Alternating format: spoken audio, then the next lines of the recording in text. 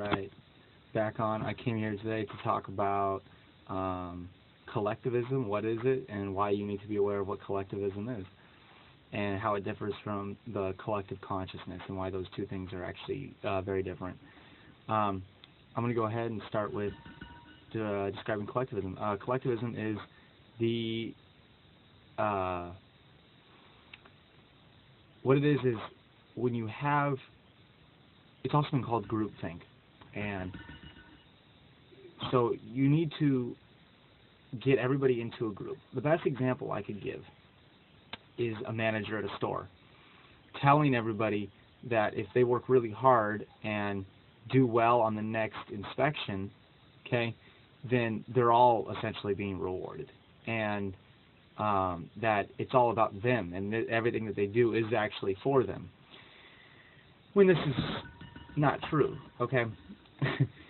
And this is something that I know will not be accepted very much in our society, considering most of our society participates in these things, pretty much unknowingly.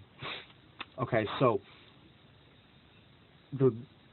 for instance, was Hitler looking for a better Germany, or was this more about his agenda? Is what I'm trying to state.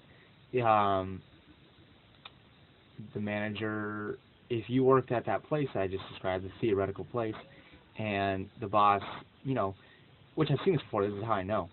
The boss gets everybody in the group and tells them you got to do really good on the next, inspection, or whatever stupid event is coming up to, inspect the store that you were working at.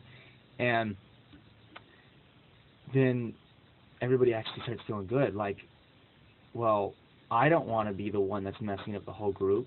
So then what happens is you go into collectivism, which is the act where you take off who you are as an individual gets kind of shut down, and you conform to the group. You become part of like a group. Dogs are collectivist animals. I think this is why we like dogs so much, because they're about at the same level of consciousness as us, while cats are not collectivists. Cats are not really collectivist. I mean, some cats maybe will show, especially wild cats maybe, rarely, I don't know, might show like some similar concepts, but really dogs are a better example. And what happens is people start feeling guilty if the group doesn't accept them. And this pretty much is how our society works. If you start to be yourself and say things that you really feel or think, you pretty much automatically get, pushed aside, because the collective doesn't like you. And these people start gaining some sort of, they start developing psychological, problems, complexes sometimes from not being accepted by the collective. Sometimes even families start developing collectivist type thinking, where like if you're not accepted by the family, then you are some sort of like, black sheep. It's like the black sheep thing is essentially what it is. You have all the white sheep and you have the one black one, and black sheep gets pushed aside. I mean, even though sheep don't really do this, it's kind of our little human way of making it okay, really, to ourselves. When really it's just collectivism. And the best thing to do is stop it. In the collectivist group, you'll always have the person that's leading it. There's always somebody leading collectivism, someone who's always building the other people up.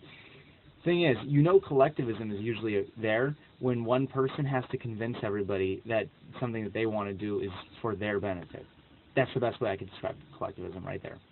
I'll even say it one more time in case maybe you weren't paying attention, because I feel like people don't pay attention. Sometimes they're too busy trying to feed in this information.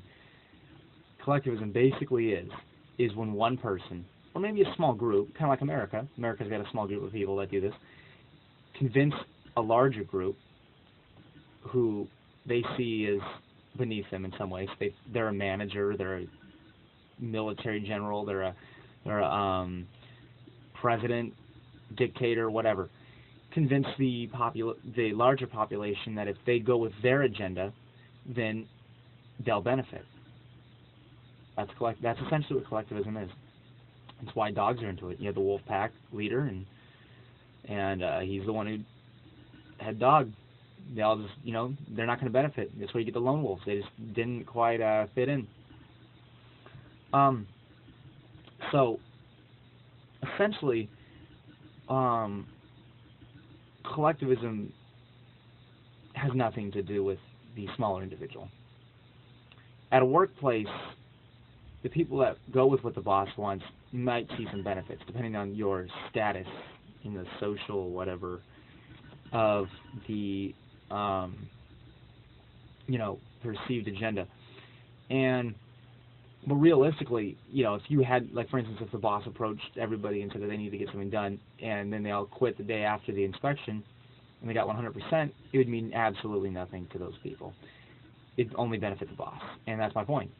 And this is what this is the change that's going to start occurring, and this is what's actually starting to be booted into our society. You always hear about these indigo, star, whatever children, and that is really what, needs to come to an end.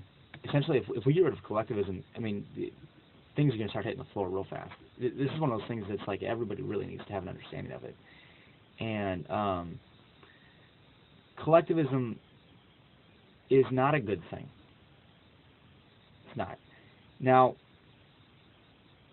the reason it's not a good thing is because if the individual is being suppressed and not expressing his or herself, then essentially that person will develop a psychological complex. Now, see, when that person is there being themselves, they won't necessarily have the problems perceived. I know this is very rudimentary sounding psychology, and I guess it is. It's not. I'm trying to keep things simple, because essentially you'll see a lot of these problems. People that have to conform and then they start acting weird. It also can start developing people with psychopathic tendencies. This is what you see in the military. Military is a highly, the apex of what I'm talking about here. Military is all collectivism. There is no such thing as a free individual in the military. They completely conform. And essentially what collectivist type groups do, or the leaders of collectivist type groups will get the others to outcast somebody that's not going with the agenda. If you lived in Nazi Germany during the time of Nazi Germany, and you would be outcast if you didn't feed the agenda, probably even killed eventually. But at first you'd be outcasted, but then it eventually leads to just people getting brutally murdered or killed, which is eventually what will happen in America. That's eventually what will happen. In fact, we're actually already seeing it. It's already on the way.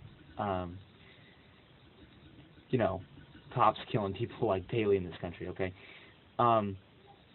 So,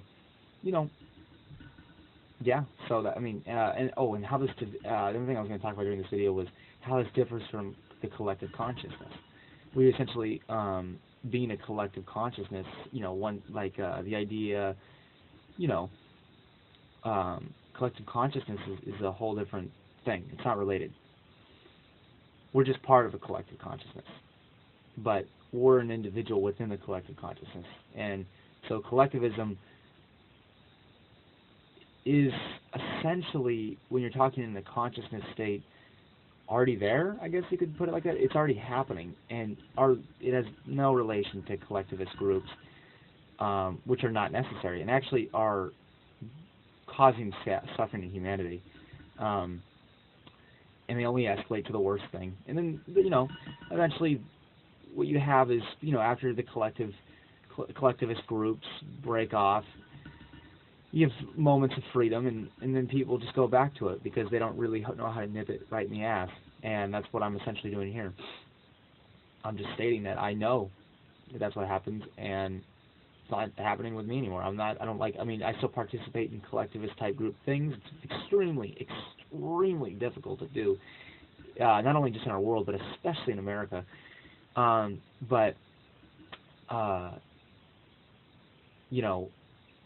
When you have, you pretty much kind of have to just hold your own, I guess, a little bit. Try to figure out things and prevent collectivist groups from occurring again. That's what I say. We can't have it anymore. So people say, well, what's the new government would you do? What would this new bank you do? It doesn't matter. It's not collectivism. So we need to stop that. All right. Thank you.